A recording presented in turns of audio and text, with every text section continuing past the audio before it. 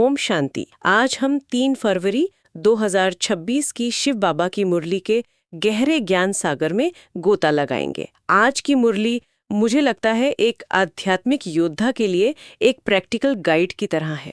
बिल्कुल। इसमें हम अपने सबसे बड़े दुश्मन मतलब टाल मटोल की आदत को पहचानेंगे और अपने सबसे शक्तिशाली हथियार यानी याद की शक्ति को चलाना सीखेंगे। सही कहा। और चर्चा का जो मुख्य केंद्र है वो याद की शक्ति ही है। जैसा कि बाबा ने शुरुआत में ही कहा, मीठे बच्चे, तुम्हें याद में रहने का पुरुषार्थ जरूर करना है, क्योंकि याद के बल से ही तुम विकर्मा जीत बनेंगे। तो चलिए इसी सूत्र को पकड़कर अपनी आज की चर्चा शुरू करते हैं। बिल्कुल। और ये गाइड हमें एक कह सकते हैं निष्क्रिय अवस्था से एक सक्रिय अवस्था मिला दी है। हाँ, यह सिर्फ ज्ञान सुनना नहीं है, बल्कि उसे शक्ति बनाकर अपने जीवन में प्रयोग करना है। और आज की मुरली इसी पुरुषार्थ की विधि और उसमें आने वाली रुकावटों पर बहुत रोशनी डालती है। तो फिर सबसे पहली रुकावट से ही शुरू करते हैं। बाबा मुरली में एक बहुत ही चुभता हुआ सवाल पूछते हैं जी। कौन सा ख्याल आया तो पुरुषार्थ में गिर पड़ेंगे। ये जानना बहुत जरूरी है कि वो कौन सी एक सोच है जो हमारी सारी मेहनत पर पानी फेर सकती है। और बाबा इसका बहुत स्पष्ट और सीधा जवाब देते हैं। वो ख्याल है, अभी टाइम पड़ा है, पीछे पुरुषार्थ कर लेंगे। अच्छा, टाल मटोल। हाँ, ये जो कल कर लेंगे वाली सोच है, यही सबसे बड़ा धोखा है। कई बच्चे ऐसा सोचते हैं कि अभी तो समय है, अंत में तेजी से पुरुषार्थ कर लेंगे, जिसे मुरली में गैलप कर लेंगे कहा गया है। जैसे कोई घोड़ा रेस के आखिर में तेज दौड़ता है। बिल्कुल। पर बाबा सावधान करते हैं कि मौत का कोई नियम नहीं है, वो अचानक आती है। कल कल करते हुए ये जीवन समाप्त हो सकता है। और वो आखिरी तेजी का मौका शायद कभी मिले ही नहीं। मिलेगा ही नहीं। ये तो बहुत गहरी चेतावनी है। ये सिर्फ एक आध्यात्मिक बिंदु नहीं, बल्कि मानव स्वभाव पर एक बहुत सटीक टिप्पणी है। हम हर चीज को कल पर टालते हैं। सही बात है। लेकिन यहाँ बाबा कह रहे हैं कि इस रास्ते पर कल नाम का कोई दिन नहीं है, हर क्षण ही अभी है। सही कहा। ये आलस्य का सबसे सूक्ष्म रूप है। और ये ख्याल इसलिए भी खतरनाक है क्योंकि ये हमें एक झूठी सुरक्षा का एहसास देता है कि हमारे पास बहुत समय है। हाँ, जबकि बाबा हमें समय की नाजुकता का एहसास कराते हैं।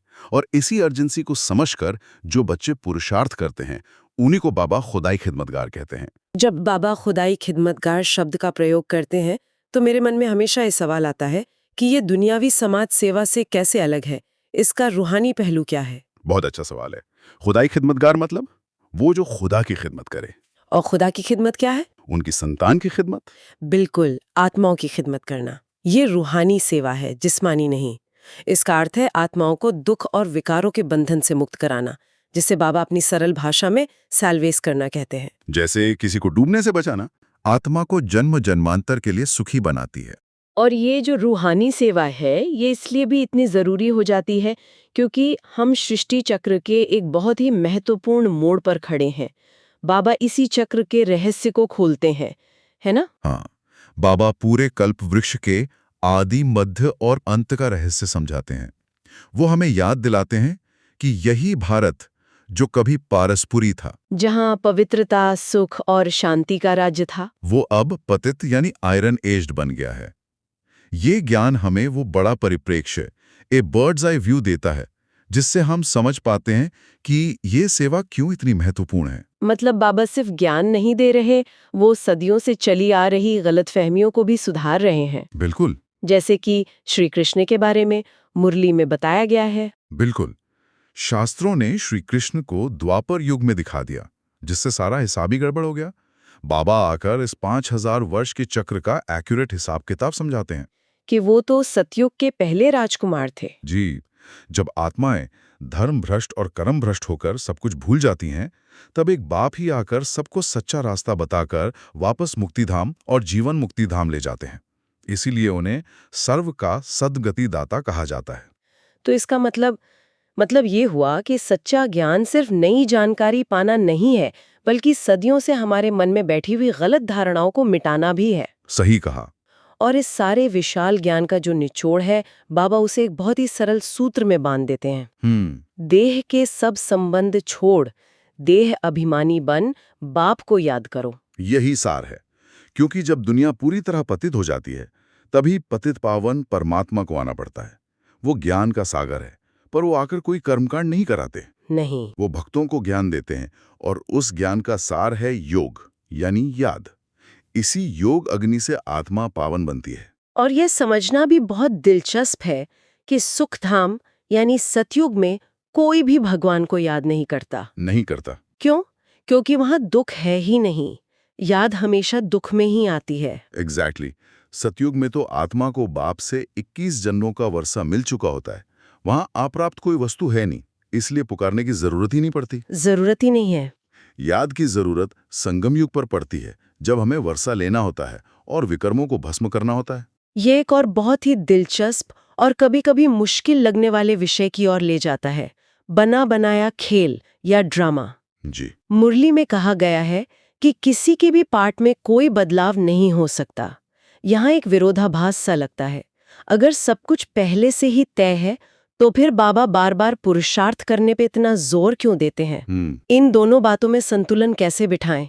ये बहुत ही गहरा और प्रैक्टिकल सवाल है। देखिए, ड्रामा की समझ हमें भाग्यवादी या आलसी बनाने के लिए नहीं है। अच्छा। बल्कि हमें अचल और साक्षी बनाने के लिए है। जब हम जानते हैं कि ये 5000 साल का ड्रामा हूबहू रिपीट होता है, तो जीवन में आने वाले विघ्नों और मुश्किल परिस्थितियों से घबराहट नहीं होती। हम क्यों हुआ, क्या हुआ के चक्कर में नहीं पड़ते। हाँ, उस चक्रव्यूह में अपनी मानसिक ऊर्जा बर्बाद नहीं करते। ड्रामा की समझ एक तरह का मेंटल एनर्जी मैनेजमेंट टूल है। मतलब ये समझ हमारे मन की ऊर्जा को बचाती है, ताकि हम उसे सही जगह यानी पुरुषार्थ में लगा सकें। बिल्कुल। आपका पुरुषार्थ करना भी ड्रामा में निश्चित है। ड्रामा ये नहीं कहता कि बैठ जाओ, ड्रामा कहता है अपना पार्ट बेस्ट तरीके से बजाओ। बाबा कहते हैं कि विघ्न तो आएंगे ही, कल्प पहले की तरह सब कुछ होगा, लेकिन तुम्हें उन विघ्नों के बीच याद की यात्रा को नहीं भूलना है। तो ड्रामा की नॉलेज एक सपोर्ट है और पुरुषार्थ हमारा कर्तव्य है। बिल्कुल, दोनों एक दूसरे के पूरक हैं। ये एक बहुत बड़ा वैचारिक बदलाव है। शायद इसीलिए, जैसा बाबा कहते हैं कि 7 दिन की भट्टी के बाद भी कई बार किसी की बुद्धि में ये ज्ञान बैठता नहीं है। हाँ, बाबा स्पष्ट करते हैं कि ये उनके भाग्य पर भी निर्भर करता है। अगर ऊंच पद पाना यानी रजाई का अधिकार लेना उनके भाग्य में नहीं है, तो बुद्धि उसे स्वीकार नहीं कर पाती। हाँ, बुद्धि इस गहरे ज्ञान को पूरी तरह धारण नहीं कर पाती। लेकिन इसका ये मतलब नहीं कि उनका आना व्यर्थ गया। ज्ञान सुनने मात्र से भी उनका कल्याण होता है। अच्छा। भले वे राजा रानी ना बने, पर प्रजा में तो आ ही जाते हैं। उनका कुछ ना कुछ भाग्य तो बन ही जाता है। लेकिन राज्य भाग्य लेने के लिए तो वो गुप्त मेहनत चाहिए, और वो मेहनत है याद की यात्रा। इसी बड़े खेल की बात करते हुए बाबा एक और दिलचस्प कॉन्ट्रास्ट दिखाते हैं कि दुनिया अपनी समस्याओं को कैसे देखती है और बाबा का नजरिया क्या है। एक तरफ दुनिया फैमिली प्लानिंग से आबादी कम करने में लगी है, और दूसरी तरफ बाबा अनेक धर्मों का विनाश कर एक आदि सनातन देवी देवता धर्म की एक फैमिली की स्थापना कर रहे हैं। ये तो बहुत बड़ा वैचारिक बदलाव है। बहुत बड़ा। दुनिया समस्या को भौतिक स्तर पर देख रही है, कम लोग, कम संसाधन की खपत। बाबा समस्या को चेतना के स्तर पर देख रहे हैं, एकता की कमी। मतलब समस्या लोगों की संख्या में नहीं है। नहीं, समस्या अनेक धर्मों, अनेक मतों और अनगिनत परिवारों में बट जाने में है। ये तो बहुत ही अनोखा दृष्टिकोण है। सोचिए, सतयुग में एक ही धर्म, एक ही भाषा, एक ही राज्य और एक ही परिवार था, इसलिए वहां कोई खिटपिट या सिविल वॉर नहीं थी, कोई झगड़ा नहीं था। आज दुनिया में इतनी फैमिलीज हैं, ये देश वो देश, ये धर्म वो धर्म, कि हर कोई आपस में लड़ रहा है। बाबा उस एक परिवार की फिर से स्थापना कर रहे हैं जो पूरी दुनिया को चलाएगा। और इस स्थापना के साथ साथ विनाश का भी जिक्र मुरली में आता है। महाभारत की लड़ाई और बॉम्ब्स की बात होती है। हाँ, क्योंकि स्थापना और विनाश का कार्य साथ साथ चलता है। ये वही महाभारत की लड़ाई है, लेकिन ये कोई कौरवों और पांडवों के बीच की शारीरिक लड़ाई नहीं है। ये आत्माओं की रावण पर जीत की लड़ाई है। जी, 5 विकारों पर जीत की लड़ाई है। और साथ ही दुनिया वाले जो विनाश के लिए एटम बॉम्ब्स आदि बना रहे हैं, वो भी इस ड्रामा का हिस्सा हैं। बाबा कहते हैं कि तुम बच्चे इस ज्ञान यज्ञ से नई श्रेष्ठाचारी दुनिया की स्थापना कर रहे हो, और जब ये यज्ञ पूरा होगा तो ये पुरानी पतित दुनिया इसी यज्ञ की आग में स्वाहा हो जाएगी। चलिए, अब इस सारे ज्ञान को अपने रोजमर्रा के जीवन में उतारने की बात करते हैं।